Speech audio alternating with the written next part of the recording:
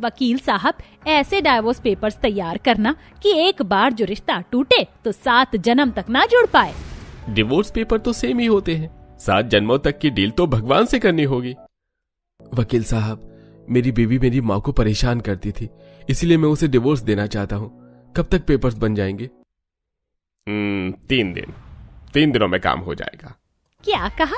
3 दिन लग जाएंगे? अरे थोड़ा जल्दी नहीं हो सकता है? जी नहीं, मिनिमम 3 दिन का ही वक्त होता है। वकील ने ऐसे बोलकर बात को खत्म कर दिया।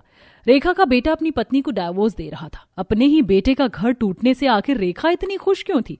अनुपम तो देखने से उदास लग रहा था। आखिर बात क्या थी जो नौबत इस हद तक आ गई थी? जानने के लिए चलिए कहानी में पीछे चलते हैं। देखो विशाखा, तुम ही चाहती थी ना कि हमारी शादी सभी की रजामंदी से हो। लो, हो गई। अब तो तुम खुश हो ना? जी बहुत ज्यादा खुश हूँ। कैसे दोनों खुसर पुसर कर रहे हैं। इस लड़की की वजह से मेरे बेटे ने मेरी पसंद की लड़की से शादी करने को इनकार कर दिया। इसको मैं ऐसे ही तो नहीं अपनाऊंगी। इसे इसकी एक एक गलती का एहसास न करवा दिया ना तो मेरा नाम भी रेखा नहीं। रेखा फूल डालते हुए मुस्कुराते चेहरे के साथ दिल में खोट लिए ऐसी बातें सोच रही थी। रेखा एक नॉर्मल मिडिल क्लास औरत थी जिसके बेटे अनुपम की आज शादी थी। अनुपम ने अपनी पसंद की लड़की से शादी की थी, जिसकी वजह से वो काफी खुश था। शादी का दिन तो कुछ इस तरह से खत्म हो गया और फिर अगले दिन, माँ जी, अब मेरी पहली रसोई की रस्म होगी तो आप मुझे बताएं कि मुझे क्या बनाना है। बहू, तू ना आज छोले की सब्जी, पूरी और खीर बना लेना। पहली रसोई का तो यही खाना होता है। विशाखा, सब कुछ अच्छे से ही बनाना, जैसे तुम कॉलेज में बनाकर लाती थी। जी। विशाखा मुस्कुराते हुए रसोई में अपनी पहली रसोई की रस्म करने के लिए चली गई।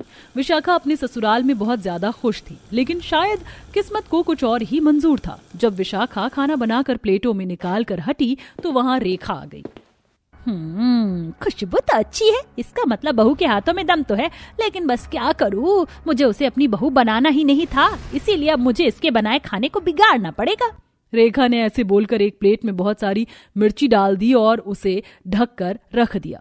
कुछ देर के बाद सभी खाना खाने को बैठे और विशाखा ने सभी के सामने उनकी प्लेट्स रख दी। रेखा ने जानबूझकर वो मिर्ची वाली प्लेट ली। हमेशा की ही तरह लाजवाब, बेमिसाल। आहा। माँ, कुछ तो बोलिए, आपको खाना अच्छा नहीं लगा क्या? नहीं, मतलब अच्छा है, बस मिर्ची बहुत तेज है। बहू, मैंने तुझे बताया था ना कि मेरा ज्यादा मिर्ची का परहेज है, फिर भी तूने इतना तीखा बना दिया। माँ, मिर्ची तो नॉर्मल ही है, इनफैक्ट कम है, आपको क्यों मिर्ची लगी? माँ, ये तो पूरी सब्जी लाल हो रखी है। विशाखा, क्या है ये सब कुछ? माँ की प्लेट में इतनी मिर्ची कैसे है?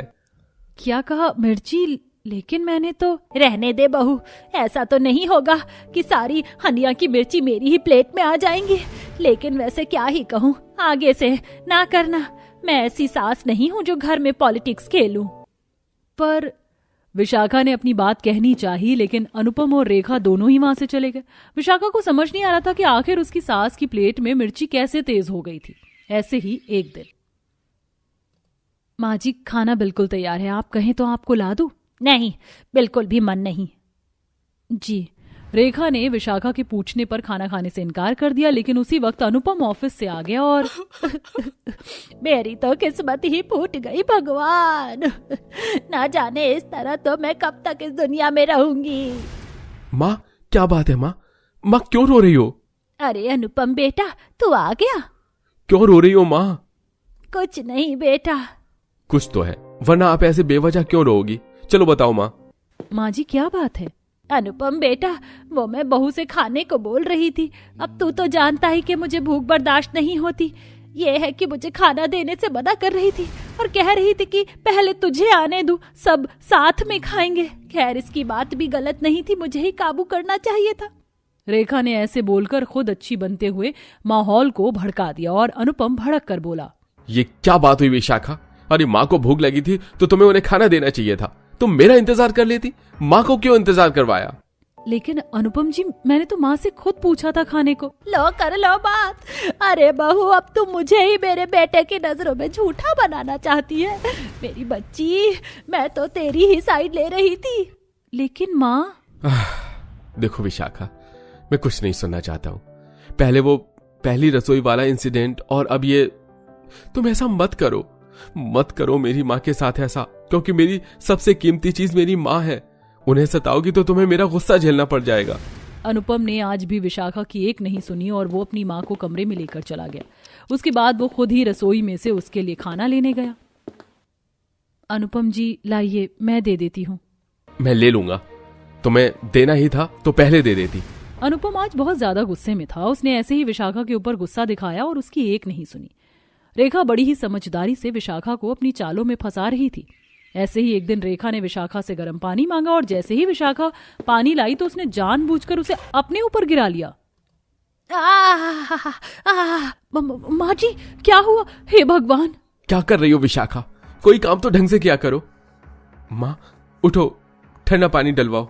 विशाखा बेटा, अभी और कितने दर्द देगी तो मुझे। माँ जी। अनुपम आज भी विशाखा को घूर रहा था और रेखा बड़ी ही चालाकी से दोनों पति पत्नी के बीच में दीवार बना रही थी, जो दोनों में से एक भी नहीं समझ पा रहा था। ऐसे ही सिलसिला जारी था कि एक दिन सुबह के वक्त जब विशाखा सीढ़ियां साफ कर रही थी, तभी रेखा ने सीढ़ियों पर से अपने आप को जानबूझकर गिरा दिया। माँ जी! क्या हुआ विशाखा? माँ! अनुपम जल्दी से अपनी गिरी हुई माँ को उठाने को भागा और फिर ऐसे ही कुछ देर बाद। माँ, क्या हुआ था आपको? आप कैसे गिर गईं? बेटा, मैं तेरी शादी खराब नहीं करना चाहती हूँ, लेकिन पता नहीं विशाखा को मुझसे क्या दिक्कत है। इसी ने मुझे सीढ़ियों से धक्का मारा जिससे मैं गिर गई। बेटा, मैं ऐसा चाहती तो नहीं थी, लेकिन आज की घटना के बाद मुझे ऐसा लग रहा है कि ये मुझे स्वर्गवासी करना चाहती है। तो इसे ले जा। तू चाहे इसके लिए अपनी माँ को छोड़ दे, लेकिन मुझे इसके साथ मत रख। माँ जी, ये आप क्या बोल रही हैं? बस विशाखा, बस। अनुपम जी, सच में मैंने। क्यों करती हो तुम ऐसा? क्या बिगाड़ा है मेरी माँ ने तुम्हारा? मैंने तुम्हें पहले भी समझाया था ना कि मेरे लिए मेरी माँ से ज्यादा कोई नहीं है, लेकिन तुम्हें बात समझ नहीं आई। अब तुम निकल जाओ मेरे घर से। अनुपम जी, पर। निकलो, डिवोर्स के पेपर तुम्हारे घर पहुंच जाएंगे। अनुपम ने विशाखा की एक नहीं सुनी और उसे घर से निकाल दिया। वहीं रेखा मन ही मन खुशी से फूले नहीं समा रही थी। अगले ही दिन वकील को बुलाया गया।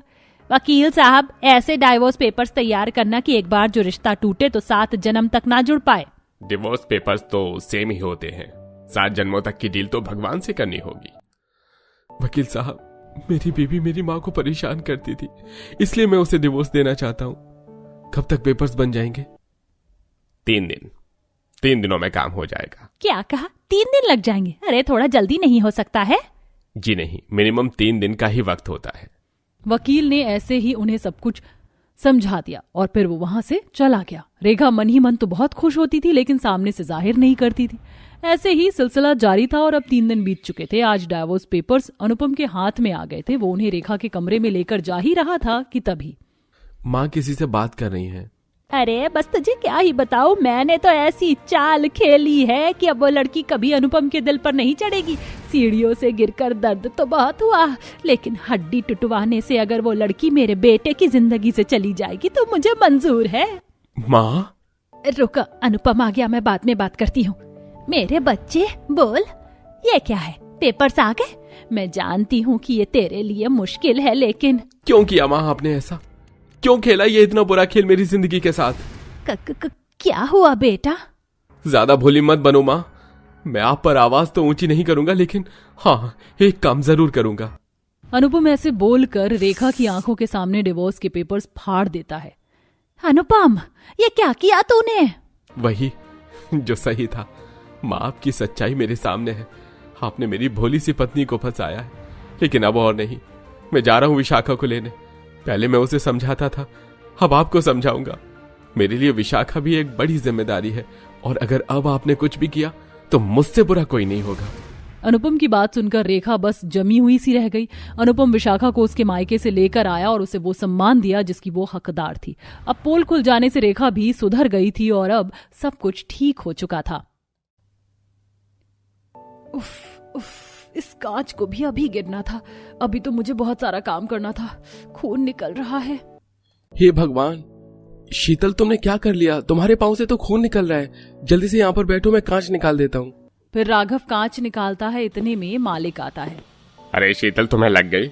देखो अभी भी वक्त है, मान जाओ फैक्ट्री में रहना ठीक नहीं है, तो तुम यहाँ से जा सकती हो अपने पूरे ससुराल के साथ। कांच लगने से अगर हम सब यहाँ से चले जाएंगे तो दर दर की ठोकर फिर से खाने को मिल जाएगी, और हम सब कहाँ रहेंगे? नहीं नहीं, चाहे मजबूरी ही सही, हम सब यहीं रहेंगे, कम से कम कुछ दिनों के लिए छत तो है। नहीं नहीं साहब, हम सब यहीं रहेंगे, कहीं नहीं जाएंगे। अगली बार से मैं और मेरा परिवार भी ख्याल रखेगा। अगर तुम्हारी यही इच्छा है तो यही सही। ये कहकर मालिक चला जाता है। आखिर शीतल और उसके परिवार की ऐसी क्या मजबूरी थी कि वो लोग कांच की फैक्ट्री में रहने को मोहताज हो गए? वो जगह जोखिम भरी थी। आइए जानने के लिए कहानी में कुछ समय पीछे चलते हैं, जहां गरीब परिवार मामूली सी किराए की छोटी सी झोपड़ी में रह रहा होता है और शुरू से ही 2 वक्त की रोटी के लिए संघर्ष करता है। ओहो, ये मुझे क्या हो गया है? वैसे ही मैंने पानी वाली दाल बनाई थी और वो भी और ज्यादा जल गई। ओ बहू, ध्यान से काम करना था ना। एक तो वैसे ही गरीबी के दिन आ गए हैं, कभी सूखी रोटी खानी पड़ रही है, कभी जरा जरा से आलू की सब्जी। पेट भरकर इतने दिन से कोई खाना ही नहीं खा रहा। सोचा दाल चावल सब ढंग से खाएंगे, लेकिन वो भी नसीब में नहीं हुआ। कोई बात नहीं माँ जी, आप परेशान मत होइए। 4-5 लहसुन रखे हैं, मैं अभी पीस कर चटनी बना देती हूँ। हाँ बहू, ये तुमने ठीक किया, क्योंकि टीटू बच्चा है, वो लहसुन की तीखी चटनी नहीं खा पाएगा, उसको दाल दे देना। फिर एक बहू दाल में पानी बढ़ा देती है, दूसरी लहसुन की चटनी बना देती है, जिसके बाद सब घर वाले खाना खा पाते हैं। ऐसे ही घर में वह बड़ी मुश्किल से एक एक दिन काट रहे थे और दोनों बेटे कांच की फैक्ट्री में काम कर रहे थे, जहां 2 महीने से उन्हें पैसे नहीं मिले थे। फिर एक दिन मकान मालिक गजेंद्र घर के दरवाजे में लात मार कर अंदर आता है, जिससे घर वाले डर जाते हैं। मम्मी! अरे मोरी मैया! अरे इतना भी डरने और चौंकने की क्या जरूरत है? वैसे मुझे मेरे 2 महीने से पैसे नहीं मिले। सेठ जी 1 महीना और रुक जाइए, इस बार हमें पैसे नहीं मिले हैं, मिल जाएंगे तो आपको अगले महीने दे देंगे। हाँ सेठ जी, इस बार हालत थोड़े खराब है। अरे तुम्हारी हालत सुनकर मैं पक चुका हूँ और समय नहीं दूंगा। तुम्हारी जगह अब मैं किसी और किराएदार को रखकर उससे पैसे वसूल लूंगा। गजेंद्र उनके घर का सामान घर से बाहर पटक देता है। घर वाले बहुत हाथ जोड़ते हैं, लेकिन गजेंद्र किसी की नहीं सुनता और मजबूरन पूरा परिवार अपना सामान लेकर दर दर की ठोकरें खाने लगता है। बहुत देर ठंड में पैदल चलकर वह परेशान हो जाते हैं। मम्मी, पापा, अम्मा, बाबा, अब मुझे और नहीं चला जा रहा है। मैं थक गया हूँ और मुझे भूख भी लगी है, ठंड भी लग रही है। ठंड तो हमें भी लग रही है माँ पिताजी। आप सब कुछ देर यहाँ बैठ जाइए इस पेड़ के नीचे, फिर मैं सोचता हूँ कि हमें कहाँ जाना चाहिए। जेब में आठन्नी भी नहीं है, कौन हमारी मदद करेगा? पहले तो 2 सूखी रोटी खा रहे थे, अब तो छत भी नहीं है सर पर। अगर मालिक हमें पैसे दे देते तो आज हमारे सिर से छत नहीं जाती। वैसे हमारे मालिक अच्छे हैं, एक बार उनके पास चलते हैं, शायद कोई रास्ता निकल आए। कुछ देर आराम करने के बाद राघव अपने परिवार समेत मालिक के घर पहुंच जाता है। क्या बात है राघव, तुम अपने परिवार के साथ यहाँ कैसे? मालिक, आपने हमें पैसे नहीं दिए, अगर दे देते तो आज मुझे अपने परिवार के साथ घर से बेघर नहीं होना पड़ता। अब मैं अपने बच्चे और बूढ़े माता पिता को लेकर कहाँ जाऊँ? हाँ मालिक जी, हमारी मदद कीजिए ना, कहीं हमारे कोई रहने की जगह का बंदोबस्त करा दीजिए। पिताजी की तबीयत भी ठीक नहीं है, ठंड भी बहुत है। मैं जानता हूँ मेरा काम मंदा होने की वजह से मैंने 2 महीने से तुम्हें पगार नहीं दी, लेकिन मेरे पास रहने की कोई जगह नहीं है। हाँ, लेकिन फैक्ट्री में है, पर तुम जानते हो वो कांच की फैक्ट्री है। अगर तुम सब वहाँ रह सकते हो तो रह लो। हाँ साहब, हम उस कांच की फैक्ट्री में रह लेंगे। देखो ये जोखिम भरी जगह है, क्या सच में तुम सब रह लोगे? हाँ मालिक जी, बहुत सोच समझ कर आपको जवाब दिया है। आप मुझे काम पर रख लेना। और मालिक जी, मैं भी काम करूंगी। ठीक है, आप सब रहोगे तो आप दोनों की आधी आधी तनख्वाह मैं काट लूंगा। उन दोनों की तनख्वाह पूरी दूंगा और काम अभी मंदा है तो 2 महीने बाद पगार दे पाऊंगा। जी मालिक, हमें मंजूर है, आपका बहुत बहुत शुक्रिया। फिर पूरा परिवार कांच की फैक्ट्री में चला जाता है, जहां कांच के सामान से दूर एक दीवार की तरफ अपने लिए बिछौना चद्दर को बिछाकर वहां बैठ जाते हैं। पानी की मशीन वहां होती है तो राकेश पानी लाकर अपने बेटे और परिवार को पिला देता है, पर शीतल का बच्चा अपनी लाई छोटी सी गेंद से खेलते वक्त कांच पर पैर रखने वाला होता है कि राकेश बचा लेता है। अरे टीटू बेटा पागल है, यहाँ पर मत खेल, यहाँ पर बहुत कांच है, पैर में लग जाएगी तो खून निकलने लगेगा, चप्पल पहन के रहे। ठीक है बाबा, अब से मैं इस तरफ नहीं जाऊंगा, मैं तो बस बॉल लेने आया था। ये कहकर राकेश टीटू को बिठा देता है। वहीं जुगाड़ू चांदनी बहू एक कोने में मिट्टी से चूल्हा बना देती है। चूल्हा बना दिया है, लेकिन इस पर बनाने के लिए कुछ भी खाना पीना नहीं है। चिंता मत कर बहू, सुमित बाहर से खाने का इंतजाम करने गया है। वहीं सुमित सिग्नल की गाड़ियों को साफ कर कुछ पैसों से परिवार के लिए कुछ खाने के लिए ले आता है और सबको खिला देता है। जैसे तैसे वो सोकर रात काटते हैं। फिर अगले दिन से दोनों बेटे शीतल और सास कांच की फैक्ट्री में काम करने लगते हैं। बाहर से ट्रक भरकर कांच के टुकड़े आते हैं, जिनमें से बड़े कांच के टुकड़ों को ग्लव्स पहनकर सास बहू अलग करती हैं और छोटे कांच के टुकड़े वाले कंटेनर को उठाकर दोनों मशीनों में डालती हैं। वहीं दोनों बेटे पैकिंग का काम करते हैं। तभी एक मजदूर से कांच की बोतल टूट जाती है और उसके हाथ में लग जाती है। इसे भी अभी टूटना था। लग गई।